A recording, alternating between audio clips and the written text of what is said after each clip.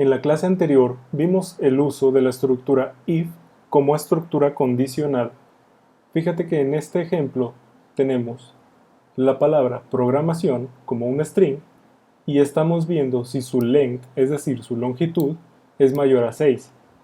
Si sí, imprime sí, y si no, imprime no.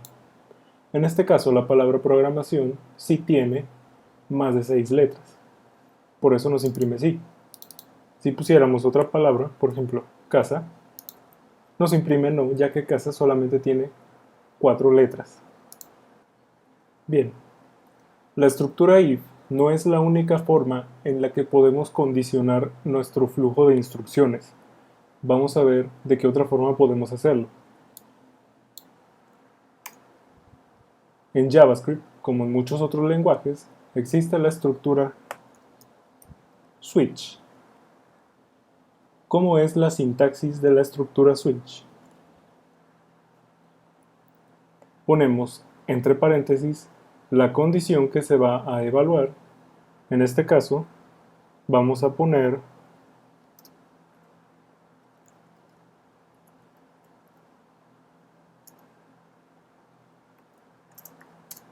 la misma condición de antes, abrimos llaves y dentro de switch vamos a poner la palabra reservada case. Vamos a poner true para el caso de true. Vamos a poner document.write. De momento solo vamos a poner esto. Y enseguida voy a explicar su funcionamiento.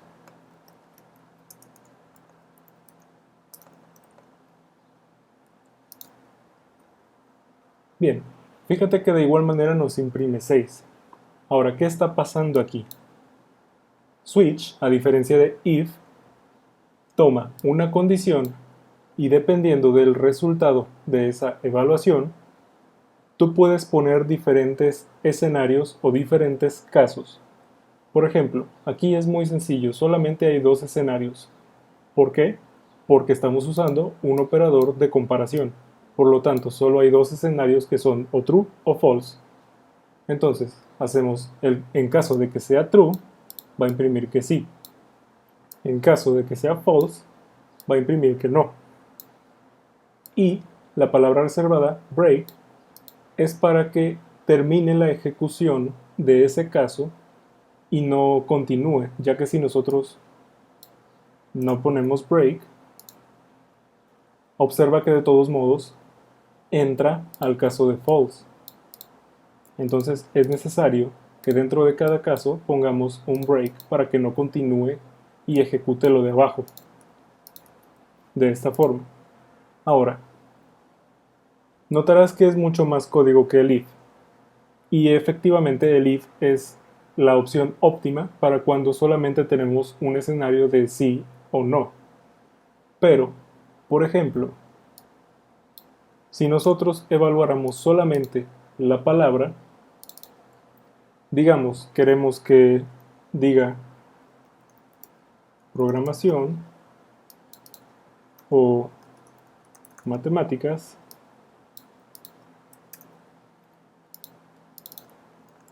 inglés, vamos a indentar el código, o bien, ¿qué más puede ser? Química.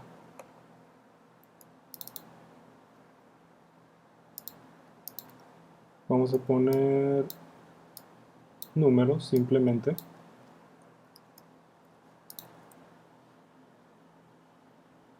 Claro, es necesario poner el acento.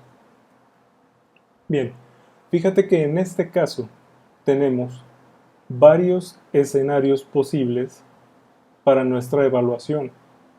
Por lo tanto, en esta forma sí podemos utilizar el switch, ya que si nuestra palabra cambiara a inglés, fíjate cómo no entra en este caso, pues no se cumple la condición, no entra en este caso, pero sí entra en este. En pocas palabras, Dado el resultado de la evaluación que recibe switch entre parámetros, los compara con cada expresión que pongamos enseguida de la palabra case, dos puntos, y todas las líneas de código que necesitemos ejecutar, finalizando siempre con un break. Ahora, supongamos que aquí hay otra cosa. Vamos a poner otra cosa. No nos imprime nada. Esto es porque la palabra no coincide con ninguno de los casos que estamos planteando aquí. ¿Qué se puede hacer? En este caso tenemos dos opciones. O bien, podríamos hacer una lista interminable de casos, o simplemente podemos poner default. La palabra reservada default dentro del switch lo que hace es que cuando nuestra condición no entre en ninguno de estos escenarios, va a ir directamente al default. Entonces vamos a imprimir document write es otro. Y podemos poner break o no. Al final de cuentas, no afecta porque ya es la última instrucción del switch.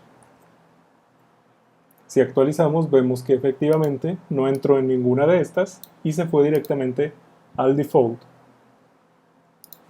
Ahora, para que quede un poco más claro la diferencia entre switch y un if, vamos a hacer este mismo código, pero ahora con if. Vamos a comentar esto. Bueno, vamos a dejarlo descomentado para al final imprimir los dos. Vamos a imprimir un salto de línea y ahora sí vamos a hacerlo con if. En el caso de if tendríamos que primero comparar si palabra es igual a programación, si sí, vamos a imprimir el 1. Si no, tenemos que evaluar nuevamente la palabra dentro del else, ya que si no es programación vamos a necesitar evaluar el siguiente caso, que es matemáticas. Y en este caso imprimiríamos un 2. Copiamos para que sea más rápido, pegamos. Entonces, si no es programación ni matemáticas, ponemos otra condicional. Si es inglés, imprime 3. Copiamos otra vez el else. Si es igual a química, imprimimos 4. Y en el caso del default lo podemos representar con un else, esta vez sin condición. Y lo imprimimos. Ahora sí, fíjate cómo el if representa menos líneas de código. A simple vista pudiera parecer la mejor forma.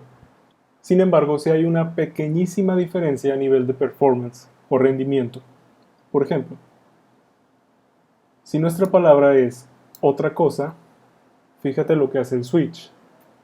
Evalúa la palabra y automáticamente sabe administrarse y sabe elegir la opción adecuada. Sabe que no es ninguna de estas y se va al default. Hace una sola evaluación. En el caso del if, se hace una evaluación, 2 evaluaciones, 3 evaluaciones, 4 evaluaciones.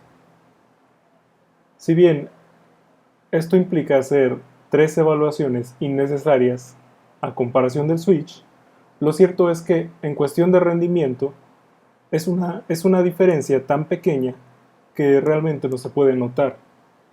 Entonces, te preguntarás, ¿qué estructura debo de utilizar?